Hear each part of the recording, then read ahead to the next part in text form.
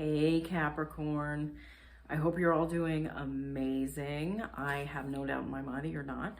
All right, I'm going to be doing a horoscope for May 2021, including all your important transits. Okay, so let's get right into it. On the 3rd and 4th of May, we have Mercury moving into Gemini. That is your 6th house. We also have Venus moving into your 6th house on the 8th and the 9th of May. So the 6th house is like your health, your work, like what you do to contribute to society, your routines like around your health. Okay.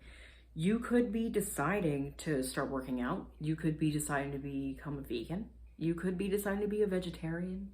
You could be deciding to start a juice diet or something like that, or start a whole new mind-body wellness routine.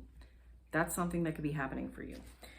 And especially because on the 21st of May, or 20th, 21st of May, we have the sun moving into Gemini too. And that's going to be joining the North Node. So there is especially a spotlight on health for you and the way you treat your body, like the health routines you have in life and the reflection they have on you. Because this all starts with how you treat yourself. And if you've been treating yourself poorly with poor health habits and poor routines, it's just going to create havoc in your body, in your life, because it could be hard to stick to certain routines in life. All right, so on the 10th of the 11th of the month, we also have a new moon in Taurus, and that's in your 5th house. Okay, so you're going to be inspired with new ways to be creative. You could be returning to things that you used to do when you were younger, and reviving that and being creative with it and making that more of a part of your life again. Creating joy from past joys, you're reintegrating them back into your life again. Or you could be coming up with something completely new and creative that you want to do that could be amazingly fun for you. And that creativity, that joy, that attracts more positive, good, joyful experiences to you. All right. On the 13th of the 14th of May, we have Jupiter moving into Pisces, and Pisces is your 3rd house. Okay, so the 3rd house is thinking. The 3rd house is communication. The 3rd house is learning, teaching, the way you communicate with others. And it's going to be there with Neptune. Neptune is the Neptune is the modern ruler of Pisces, and Jupiter is actually the traditional ruler of Pisces. So them both being here, it's about creating flow and balance to everything, so things can expand in your favor. And okay, so because this is the house of communication, the house of communications, you could be seeing expansion there. Maybe, you could be starting a job that has to do with communication with others. You could be working remotely from home, and a lot of it's just communication. That could be a thing too. Like I said, you could be telecommuting from home. You might be focused on learning a new skill. This is definitely a possibility. Maybe the creativity boost that you're getting, especially in your 5th house with that new moon, you could be thinking of something completely new that you want to do that's a creative endeavor for you. And this could have to do with the 3rd house.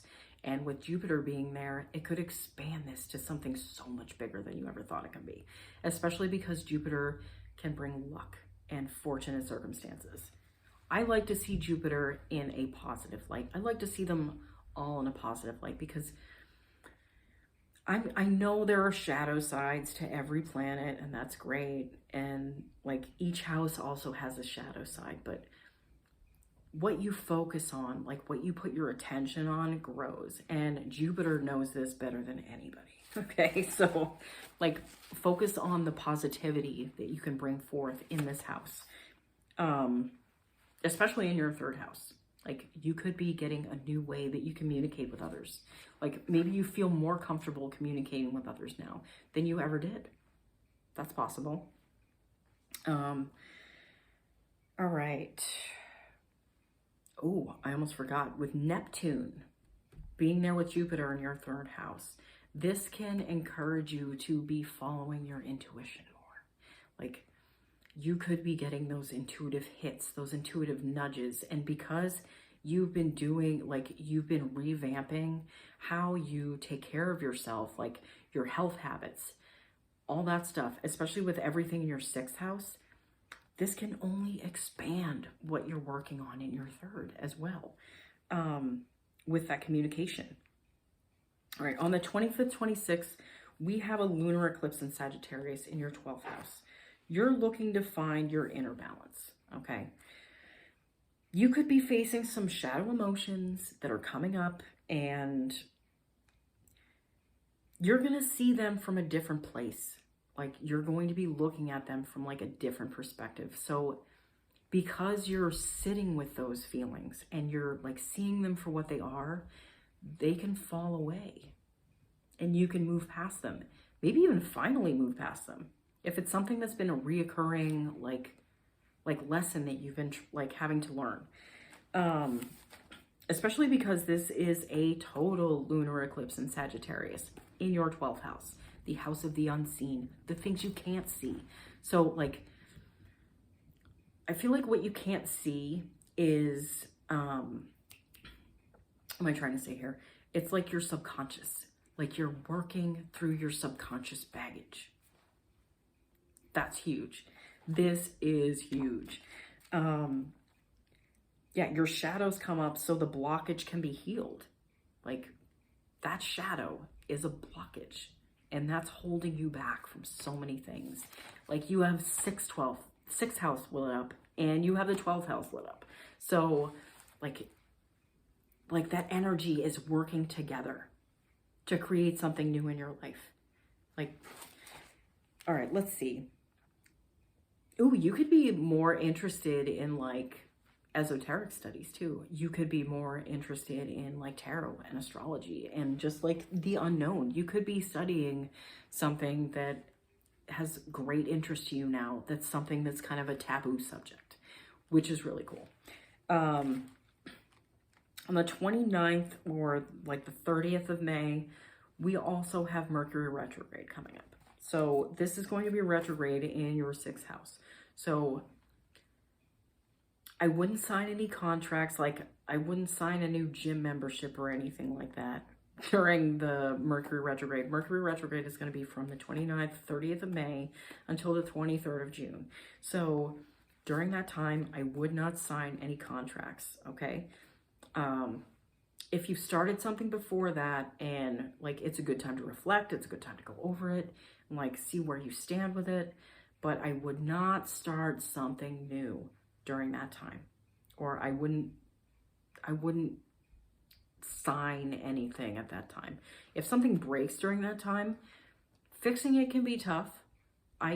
You probably just want to replace it instead, in all honesty. But yeah. Ooh, okay, so with the 12th house, the South Node is there too. I made a note of this because I wanted to actually bring this up. It's perfect for phasing out addictive behaviors. So if there's something that you felt like has had a hold on you, like probably most of your life, this is the month to phase that out with this 12th house activity. Like this 12th house lunar Sagittarius eclipse. You're eclipsing out things. Like I said, you could be eclipsing out an addictive thought pattern, an addictive behavior. Like maybe you could have like substance abuse issues. That does happen. It happens to the best of us, okay? No judgment here. But you might be pushed out of it. Like just pushed out of it. Like but it's going to line you up more with your soul path.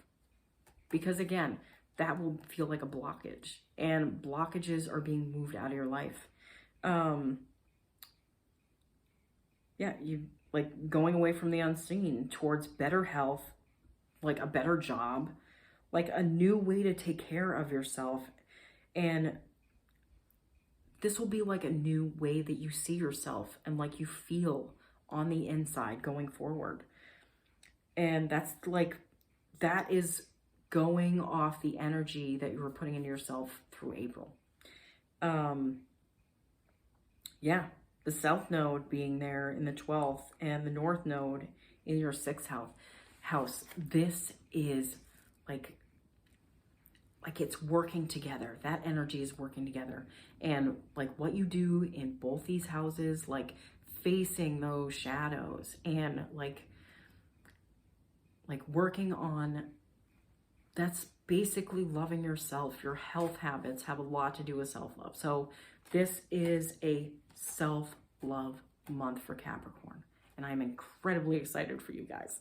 This is going to be huge. All right. Thank you so much for watching. I'll see you all again soon. Bye, Capricorn.